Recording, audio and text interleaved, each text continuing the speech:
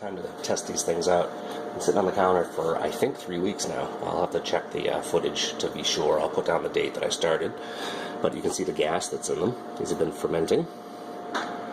So this was a pickle mix. It was poblanos, some banana peppers, a little bit of onion. There was some green bell pepper in there, in a saltwater brine. You can see the brine kind of has a little bit of a murky color to it, but when it went in, it was, you know, literally salt water. Let me open one of these up. Make a mess on the counter. Oop, like that. Try not to stick my fingers in the brine, but I might just have to get this weight out of there. Yeah, I'm making a mess. Alright. Clever design feature too, that slot. Okay, so now I'm going to take a big old sniff. Okay, it definitely smells like peppers and onions, obviously, but it also has a nice kind of vinegar kind of smell to it. So let me find a moderate sized piece. Let's see how they taste. Alright, see, they're still fairly crisp. And now we have one here. Oh, that is just wonderful. It's a poblano.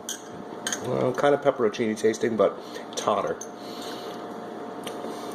It's really good though. I'm going to try a little piece of the onion too.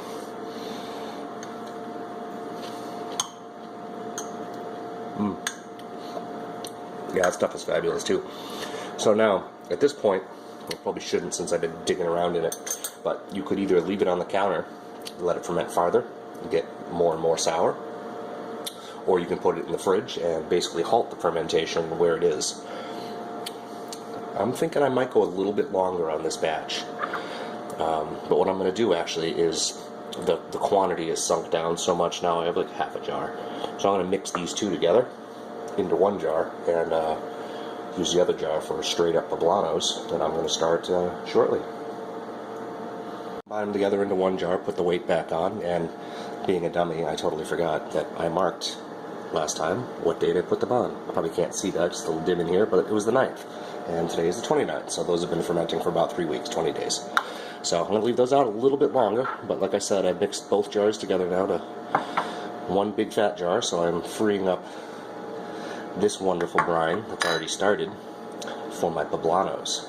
And this just kind of accelerates the process because it doesn't have to, the lacto fermentation doesn't have to start from scratch. In this case, I'll be able to put some peppers in there, put this in like it's kind of like a mother for mother vinegar, and we'll get that next batch going. Mention is this stuff is full of probiotics, and it's actually really healthy for you to have a little bit of this kind of stuff every day. Kimchi, you know, it falls into the same category.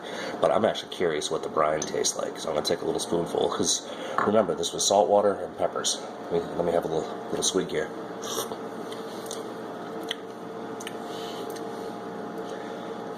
Still a little bit salty, not bad. And it has a sour, but it's not a vinegar sour. It's not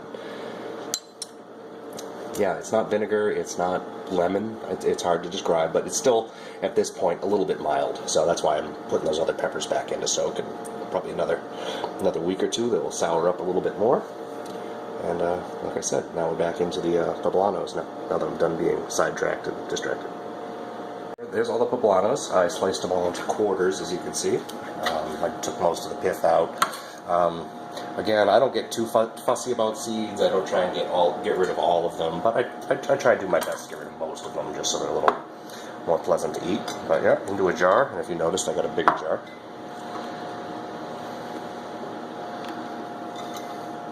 Because I didn't think they were all going to fit in that little one anymore. Well, looks like I made a good choice, huh?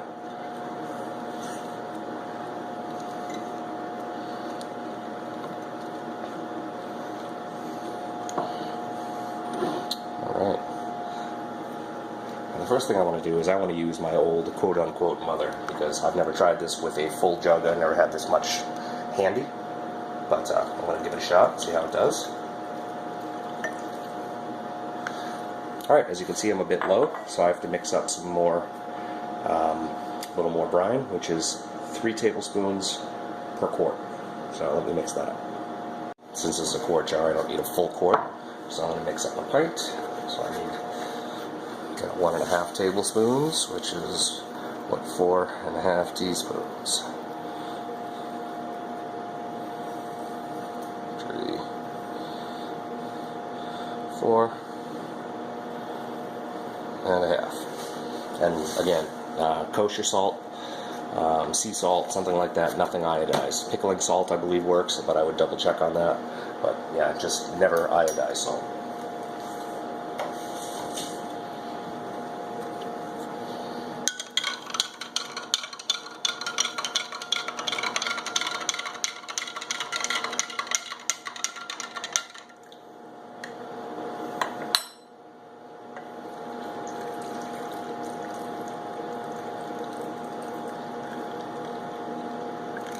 And it goes. Again, all your veg has to be below the surface. That's why I use the weights. And if you don't have these weights, in my last video I did show a little tip about how to use the bottom of a red Solo cup and a screw-on lid instead if you don't have this type of weight. Actually, I'll get a couple seeds off the top just so they're out of my way. Close it up. Again, this is an airlock.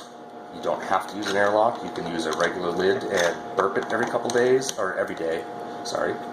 Or put it on quite tight, but not completely tight, so it can still leak a little bit, basically, and let some gas out. Now, today is the 29th. I don't know why I went the long way, but there we go. I set my date. And now we just wait another few weeks. So here we go, and there's the camera. Oh, it's right here. So, 100% poblano. And the waiting game begins. I don't know if you notice with every single one of my hobbies, whether it be fermenting or rock tumbling or anything, it seems like waiting is part of it. I don't know why, but funny because I'm completely impatient. Alright. We'll check in on this stuff in a couple of weeks, and I would guess next week I'll probably check in on the mixed peppers. But I'm betting they're going to be ready, and I'll put them in the fridge so that they stop fermenting. Alright, well that's it guys. Hope you like this little video, and let me know if you have any questions or comments.